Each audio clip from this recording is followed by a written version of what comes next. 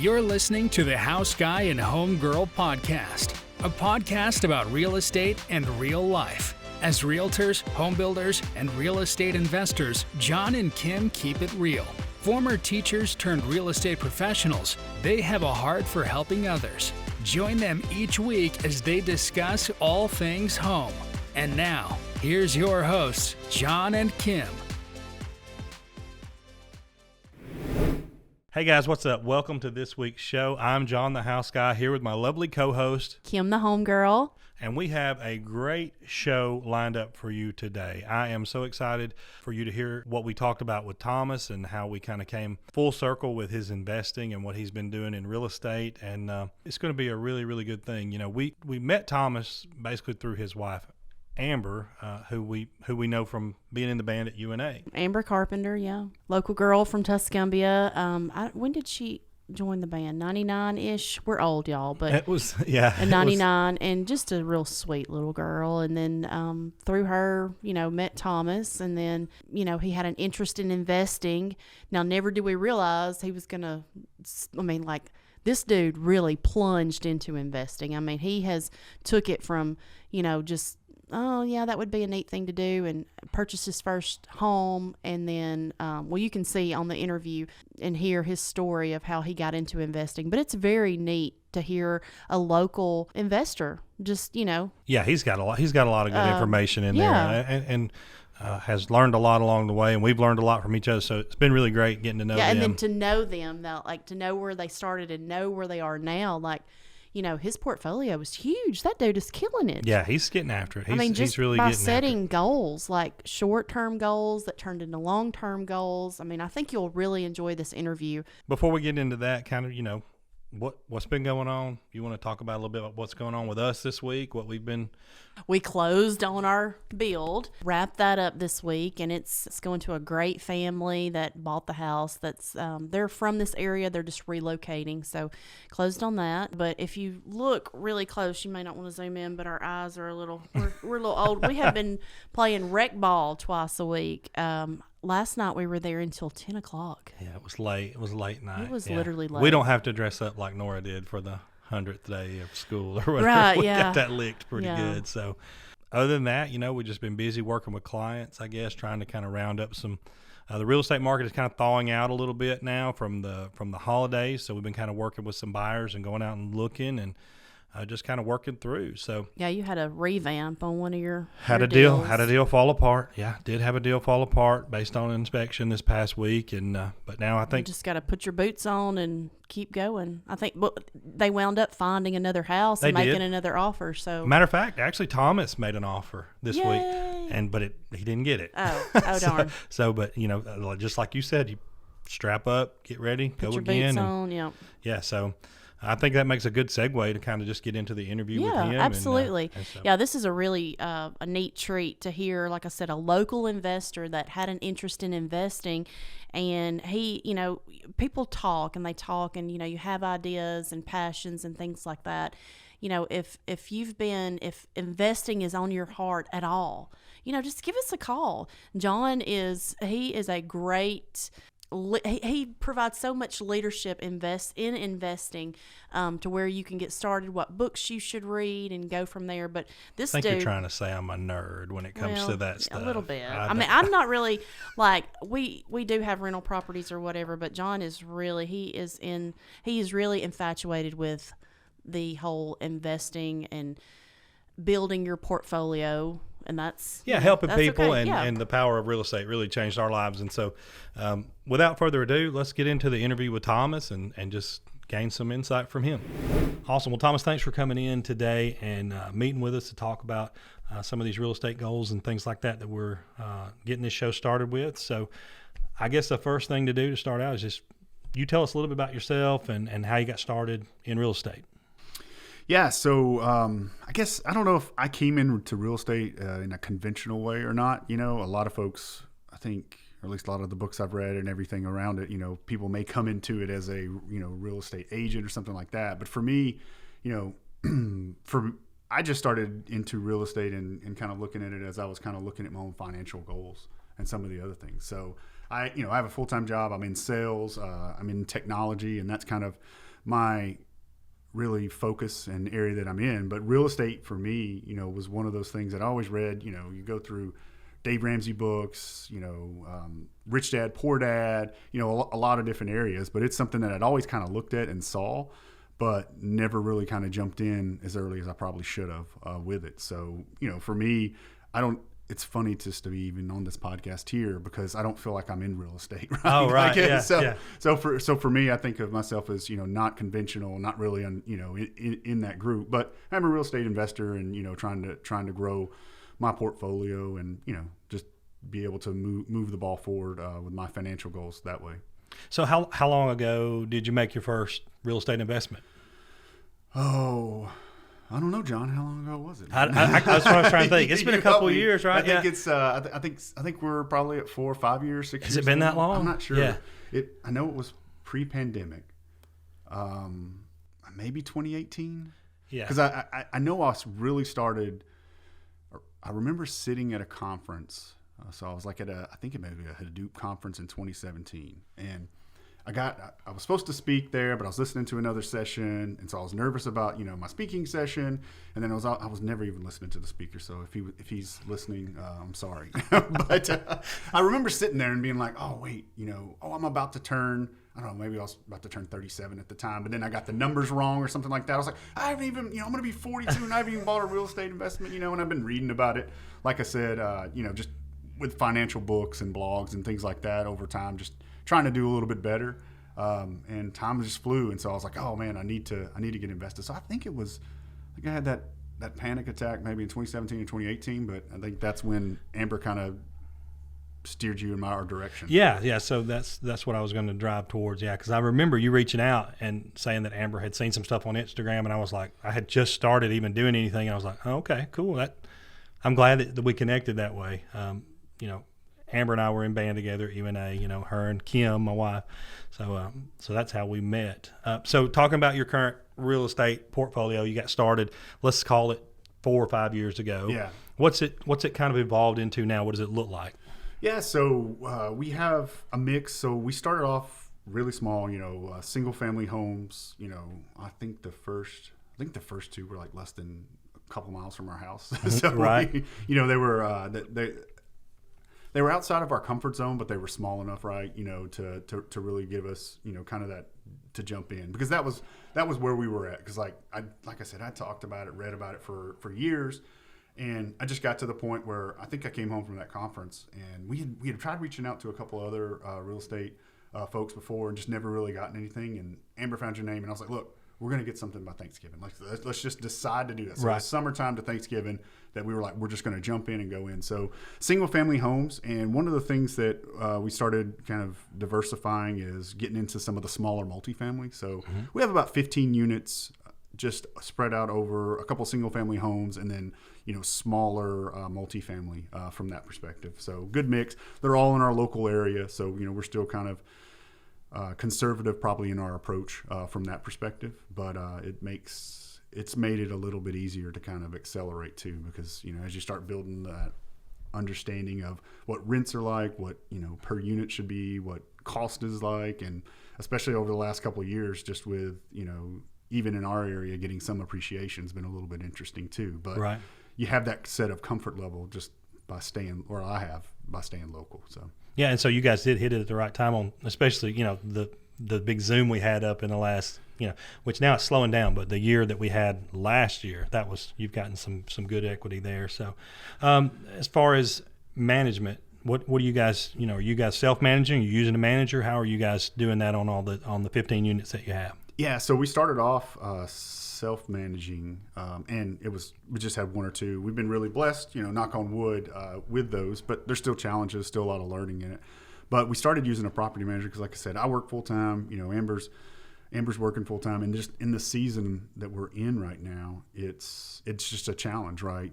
We feel like for us, because we're not. This is for us, kind of a retirement, kind of an investment vehicle. Mm-hmm. So, while the 10 or 15%, that you pay the property manager, it's definitely worth it for us. We have smaller kids, right? And starting out, Amber would, be over there cleaning a house or something like that, or maybe painting or something.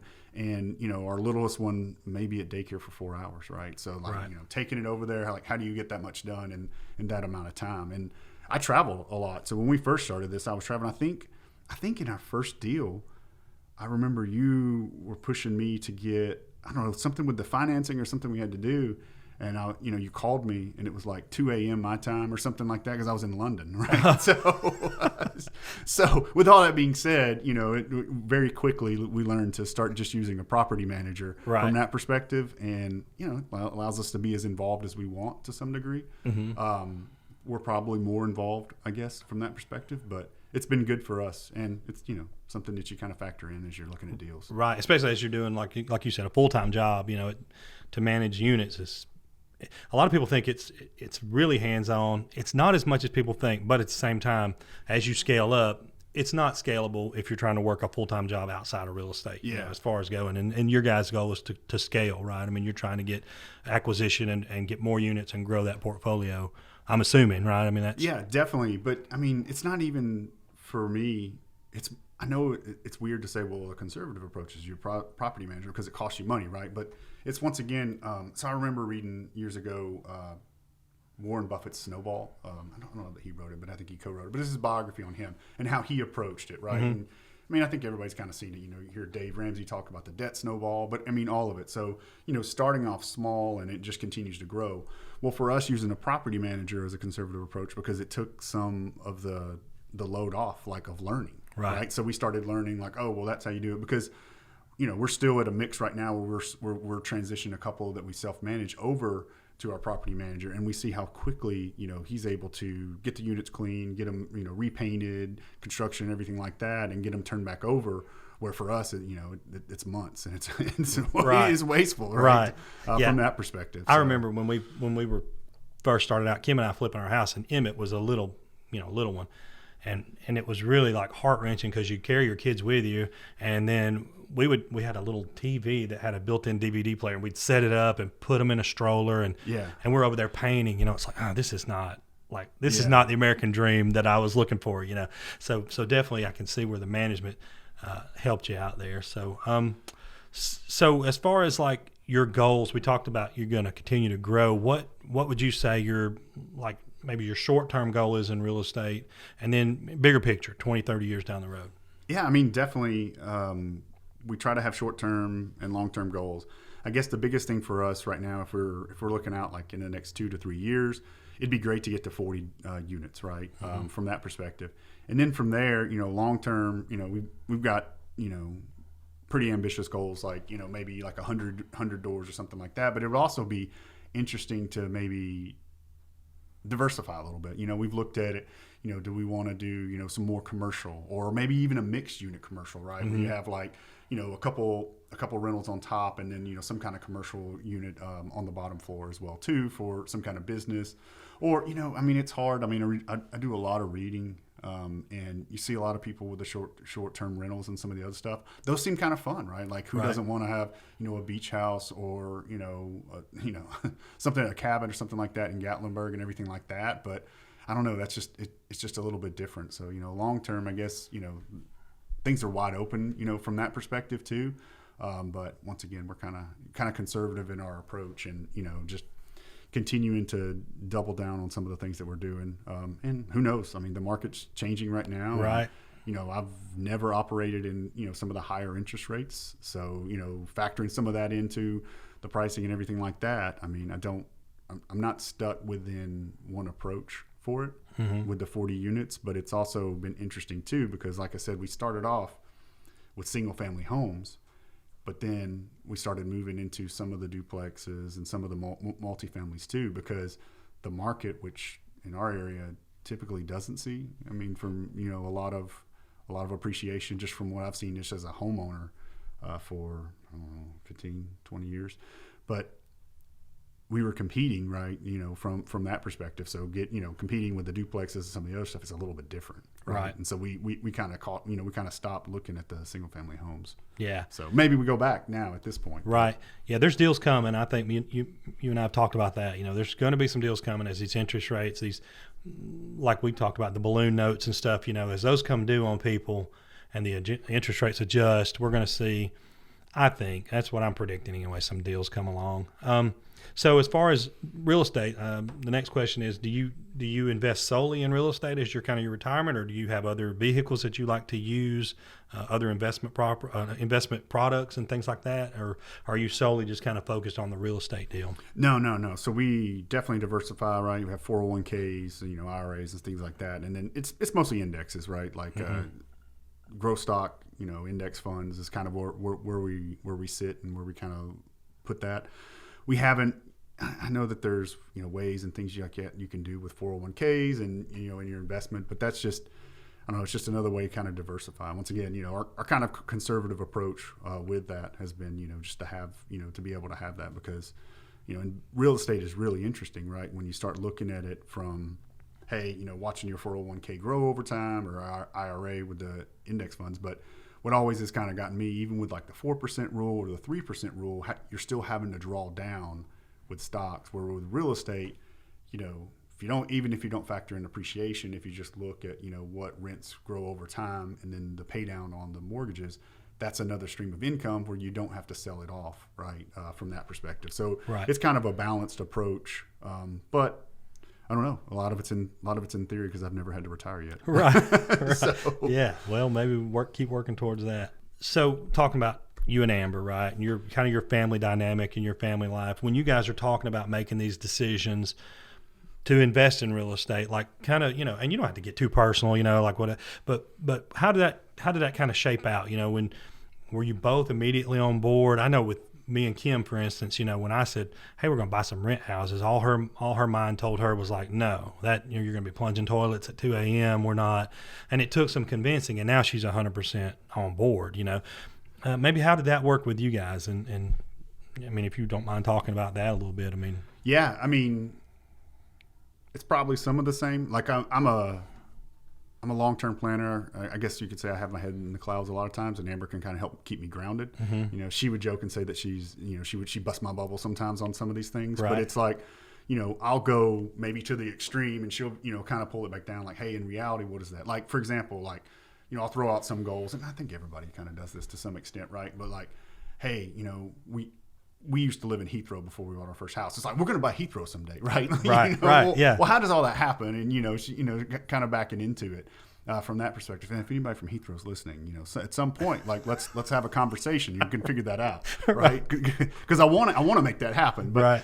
So I'll do a lot of the long-term kind of dreaming, kind of planning from that perspective, and then she'll kind of walk it back and help me understand, or pull me along sometimes, right, on, well, how's that really going to work, right? Or are you thinking into that? Because sometimes you get these ideas, right, and every idea you have isn't the greatest idea. I mean, they all could be possible, but just because you can think it up doesn't mean you probably should, right. Or it's going to work in your season of life and where you are.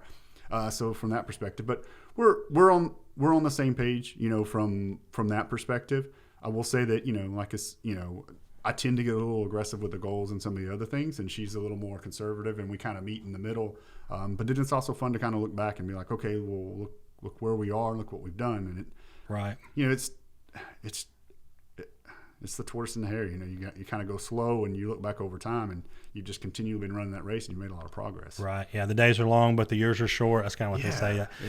I say that about kids. Yeah. And that's that's what's kind of segueing into that. Like as far as that goes, how do you guys balance all that? You got your children, you got your full-time job, you got your marriage, you got your hobbies, your interests, and your real estate portfolio, which I know you got management in place, which helps you some. But and what about some other strategies or some things that you guys have found helpful to help you balance all of that? Yeah, I mean, I think the biggest thing for us, I know this is going to sound weird, but knock on wood, we've been very fortunate, with our property management, and that takes a lot of it off of our plate, and it allows for us to be as involved as we want. Mm-hmm. And like I said, talking with our property manager, he's really good. He'll say, hey, you guys are more involved to some extent, and it's part of it is location, right? We're here so we can make decisions. So it's like, we've even gotten down to the paint. And so, I credit Amber with a lot of this, but, to make everything easier and stuff, she's taken, like, hey, you really organize, like, this is the paint we use at every one. So, hopefully that it gets easier over time. This is the LVP, or these are the kind of decisions that we make from that perspective. But, the biggest thing is I guess, looking for the deals, evaluating those, but that's something you can do, over time as you get better at it.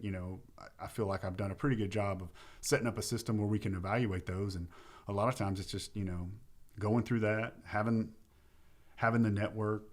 I mean, it's a lot of emails and some of the other stuff, but it's pretty manageable from that perspective. And like I said, even the first deal that, I was nervous about, hemmed and hawed, didn't understand it, was really worried, but I did it while I was in London, right? Right. I think we came back. Because I was out there speaking at a conference. I came back, and 3 or 4 days later, we signed the papers on the first deal, right? And that's before we had a property manager. Now it's been fairly easy, right, from that perspective. So you said something interesting there that I want to kind of circle back to. So you guys are systematizing your remodeling choices. It sounds like when you have to rehab a unit, you're just saying, hey, we're going to put this paint. This is what we're going to do. Every unit's going to get whatever the color is. Every unit's going to get this flooring. I think that's super smart, because then you just eliminate those choices, right? Like it's kind of like who is it? Steve Jobs, always wore the same outfit or whatever, like that was his deal. He didn't have to, that's eliminated one choice you had to make. So I think that's really, really smart, to do that. You guys just did on your last acquisition, you did your first kind of gut remodel, right, on the unit. Want to talk about that a little bit, how that went? Yeah, that was pretty intense. So Amber had never looked at the property, so after we bought it, she went in and looked, and one of them needed it was I would say almost a complete gut for the most part. I guess she would call it a complete gut. There are some things we didn't have to do, but and that's one of those things that we did self-manage a majority of that. Got to like the 5-yard line, and the property manager took over the last portions of it. But that's where Amber went through systematized. At our season in life at that point, Tommy was in school a little bit longer, so he was, or maybe he was in daycare, I think. But he was in there. It took us a lot longer than if we had just turned it over to our property manager and did it, but it also taught us some of the things too that we needed to learn to understand. So that now it's happening right now while we're in this interview, and they're refreshing another one of our units as well too.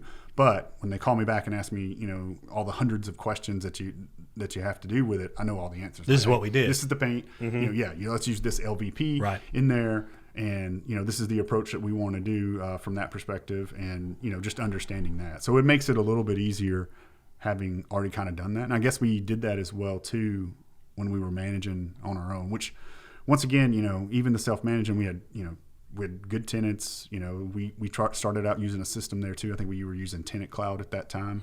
So a lot of that stuff, the leasing and everything like that, it was all kind of just automated, even the listings and some of the other stuff. So. Gotcha. And all that being said, I understand that we are operating probably, in a really good rental environment, from that perspective, if you look at the economy and everything like that. But so we have been fortunate there, and we were fortunate when we did the first couple of, I guess most of our purchases, in historically low interest rates too. So, I know that there's some, risk from that perspective that, hey, you were doing it at a good time. It's like all the people that were making crypto things, it's like, hey man, you're making, millions in crypto, and then, go to a bear market and everybody's like, oh, this is awful horrible, right? But they just hadn't operated in that environment yet. Right. Yeah. So, that kind of answers a little bit of that question. The next question is, how do you find and work with contractors? Sounds like a lot of that's coming through your management company, making connections there.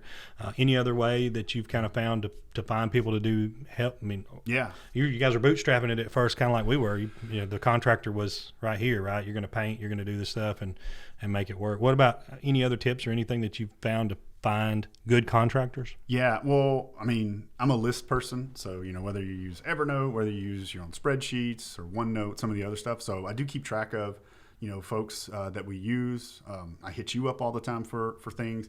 Amber's from this area, so if somebody, even if you're not purchasing with a real estate agent or you're investing, like, there are people in your network, right? Like, they're within, I guess, Amber being local here, there's people always asking on Facebook, or what I'm saying? Right. So like she'll take screenshots of those people, and we'll keep them, and we'll try a couple other ones. So maybe somebody's looking for a plumber, some other things. But some of it's just learning, right? Right. I've called some of the big companies, right, that have the billboards and everything like that, and nothing against them, but a lot of times, they're looking more for they're the people that, that you call at your personal home, right? So their prices probably aren't as competitive because they don't know that you're going to give them repeat business, and you have to pay for the billboards and some of the other stuff. So I learned, and there's some expenses there that were high. Yeah. I found things on what is it?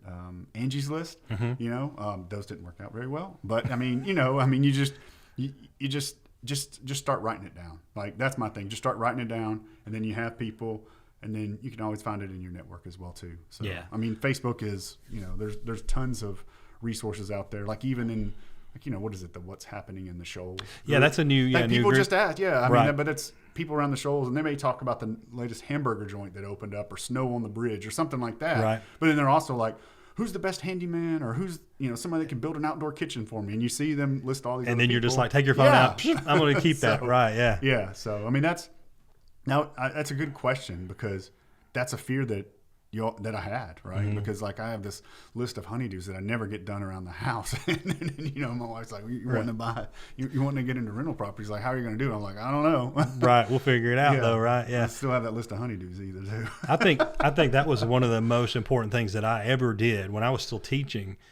Everybody that worked on anything, I just saved their number. Yeah. Right, put in their contractor, and then now it's just like you just type in contractor in your phone, and you got a list of 100 people. It's like, well, if that guy can't do it, the next one can. Right. So. Yeah. What is it? If you've got one, you've got none. So I try to keep one or two. Right. Obviously, as you're going, because a lot of times too, I mean, during COVID, all the renovations and everything, everybody was just so busy. Right. Like, everybody's redoing their kitchen, or I don't know how many people in my neighborhood got a pool. Now my kid's like, why didn't we get one? Right. Yeah, and the people that would work could work then, right? That was the other thing. So let's kind of skip ahead here. What if say we're talking to somebody like yourself 4 or 5 years ago who's looking to get started in real estate investing? What would be your advice to them to get going? Yeah, I mean, for me, once again, your environment may change, so your mileage may vary, as some people would say. But in the market that we were in, for us, I just put myself I was like, hey, I went through college, right? I've got a master's degree, did my MBA, some of the other stuff. So I looked at some of them, and I'm like, not that those didn't get me anything. I thought they were very valuable, but also too, there is something to doing, right? And so I would say, if you're sitting there and do your due diligence on your research and everything like that, but at some point you just got to jump in. So like, I was a kid, and scared of heights, and a pretty good swimmer, but there's a place in our area here called Point Mallard, and so if you remember Point Mallard, they've got like 3 of those big diving boards, and I think the top one was always closed. Yeah. But it's kind of like, you go up, I would go up to the first level, and I remember having to do the walk of shame where I came back down one time. Right. And so I don't know what happened, but one time I went up there, and I was like, all right, I'm just not going to think about it, right? So I went up just to the edge, and I held my nose, and cannonballed into it, and it worked. And so I try to remember that a lot of times with some things when you're doing them. Obviously, I'm not saying, hey, go out and do something that you're not educated on, but there is a certain point where you do need to take a calculated risk and to jump in, because then you're going to learn. Right. And you may still hem and haw, or you may find out that you don't like it. I don't know. But if you can take a small calculated risk to go to be in the doing phase of it, because I mean, I went 10 years, right, just reading books on some of the other things. Now, I did some of the things, all the books I was reading weren't on real estate, but I probably spent a year and a half listening to Bigger Pockets, before, right? Because I travel and I'm in sales, so I have a lot of car and windshield time, and that kind of gave me the courage to do it too. So that would be my thing. Just do something. Just jump in. Calculated and do it, right? Calculated risk, but jump in. Yeah, that Point Mallard thing. My kid, I don't know, last time we went 5 years ago or something. Yeah. Emmett was maybe 10 or 11. He jumped off the highest available. Oh. I have never jumped off of any of them. I won't do it. I think I've just done the second platform, which is not that much further. But I mostly stayed on the top one, though. I think somebody got hurt or something, and they closed it. Closed for a while. They shut her down. So as we kind of bring this to an end here, again, thanks so much for coming in and talking to us. So for everybody that's kind of watching this, how can somebody connect with you if they have a deal that maybe they want to talk to you about, or just to get some advice or whatever? what would be the best way to kind of connect with you? Yeah, so the best way, I do have a website, thomashenson.com. It is about technical stuff, so don't be confused from that perspective. And then I'm on Twitter as well too. But definitely reach out, connect with me on that. If you have if you're into web development and big data analytics and stuff like that, you can definitely reach out to me on that. But as far as real estate, yeah, I mean, especially if there's anybody local in the area that has a deal or something like that. Our focus right now has been in some of the multifamilies. So we're looking for something, and we try to stay away from some of the larger deals, because I know that's where a lot of the private equity and some of those numbers are. So we if we stay in that 8 to 10 or 8 to 20 kind of multifamily. So if there's somebody that has something in the Shoals area that's anywhere from 4 to 20 units, definitely reach out. We'd be happy to kind of look at that and evaluate, and maybe even partner from that perspective. So right on. And what's your handle on Twitter? I'm not. It's like TM Henson, okay, I believe. So if you just search Thomas Henson, you'll find it. We'll put it on there. Yeah, yeah. I'll look at it and find you. So couple little questions outside of all the real estate and investment stuff. What do you guys do for fun as hobbies outside of work, parenting, marriage, blah blah, all the investment, all that? What do you guys do to just say we're breaking free, we're going to have a good time? Well, I don't think there's anything that we do that's not parenting related, but RVing is something we consider ourselves COVID campers. So right. And we started off just going local, but we've got some bigger trips, and so we're in the RV life. One of the things that Amber and I do when the kids do get to bed, or if they're out playing video games, I've got a little office that's set up for them to play, is we'll watch people in the RV community on YouTube, right? And so we'll watch these awesome trips, and then we love planning them and things like that. So our goal is to get to 49 states before the kids get too cool to hang out with us. So I've taken them, and they've slept in 49 of the states that we can get to by RV. So wow, awesome! I did not know y'all had traveled that extensively. That's awesome. Well, we hadn't gotten there yet, but I think we're at 13 or 14 states right now. Right. And then I mean we're got a big trip planned in the summer. Spring break. We're going to check off like some of the natural springs in the Florida area. So fun times. A lot of COVID campers out there though too, and a lot of good deals on campers now from the people that are getting out of the life. Right, they're like, I don't want this thing anymore. So here's a little question that we're kind of going to make a segment on the show. And we haven't got a name for it yet. We're going to figure that out. But do you have maybe a life hack or a favorite destination that you want to share with everybody? Just something that you think, hey, man, if people knew this would help them, or this is a really cool place to go. Yeah. I go with destinations since we're talking RV and stuff. So one thing that I did not realize, and I'm a big fan of, is the Great Lakes now in Michigan. Like, I did not know. And anybody that's listening to this here in our local area, like, it's actually not that far. Like, I had family in Michigan and stuff, but it was a lower part. But oh my gosh, like, it's amazing. The views are amazing, like the crystal clear water because of the way the glaciers are and stuff on Lake Michigan. Now, your kids will turn blue. We went in June. Your kids will turn blue. The lips will turn blue when they're looking at it.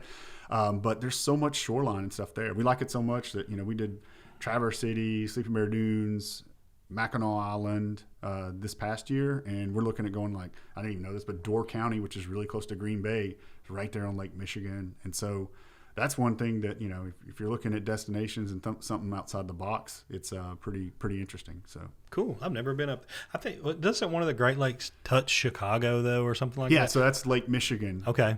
So I think I've seen that body of water on the Navy Pier there in Chicago, but I don't, as far as traveling as that as a destination, no, I've never been there. Go to the top of the Mitten. That's where my parents had went a good bit to to Mackinac Island and some of the other stuff. Like I said, the water's kind of cold, but you're on Lake Huron there, but then just a little bit over is Lake Michigan, but then, so it's a national shoreline. So there's a shoreline up there too. It's called Sleeping Bear Dunes. You just look at it on YouTube. I'm telling you, man, it's amazing. Cool place. And the water is so blue, they were saying, because, it's glacier ice and some of the other stuff. So the sediment and stuff. Now, when can you go swimming with some of the other stuff? I think Lake Michigan's your better bet, but we're going to go and try to see Lake Superior this summer as well too. But I don't think you can ever swim there. But I may be it's wrong. Always just too cold. Yeah, I got you.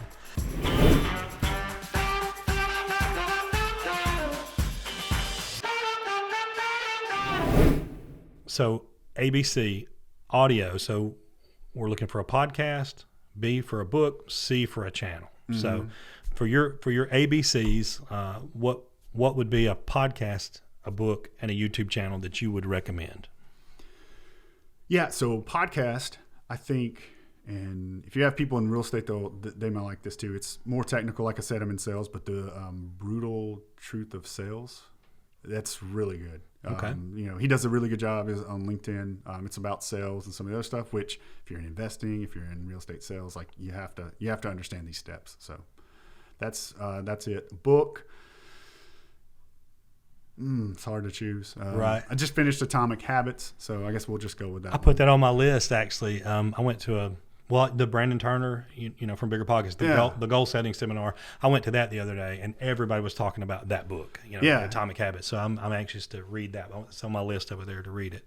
What about a YouTube channel that you follow? You mentioned the RV one, right? So are there other channels that you would recommend? Yeah. So one that I follow, and this guy, he does a great job, and I'm forgetting his name, but it's one rental at a time. So he's doing a series where he tries to do, I think, 1,000 days straight of just posting live, but he goes through all the numbers and everything like that. And so he was in tech, he was in sales and an accountant. So definitely hits close to me because, those are some of the things I've done. But, he wrote the One Rental at a Time book, but he does a lot of financial news. So he'll come back and give you an aggregate of like the whole market, like why the Fed's doing this or what the Fed's going to do or CPI and data and stuff like that. And then he also ties it back to real estate too. So he'll look at, hey, this is the number of houses that were sold in the U.S. This is the number that's going down and why that matters, and show us, well, that's actually not that big of a deal, or it is a big a deal because in 2008 or in 2015, this is how many we're selling. So he kind of lays it all out and gives you the information and some analysis on it. It's like 10, I think he keeps them around 10 minutes every day, but he has a whole bunch of other stuff too. One rental at a time. One rental at a time. Cool. Yeah. Okay.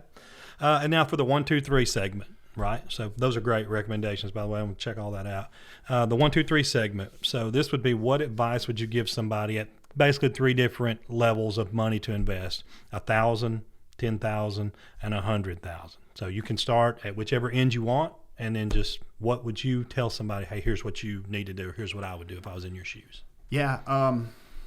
So with 1,000, like I said, I'm more of a conservative approach, but $1,000, honestly for me, I would want to make sure that, if you have your emergency fund set up and everything like that, $1,000 is a good base, to start saving and to start snowballing into others. So, and I would set up some kind of system, right?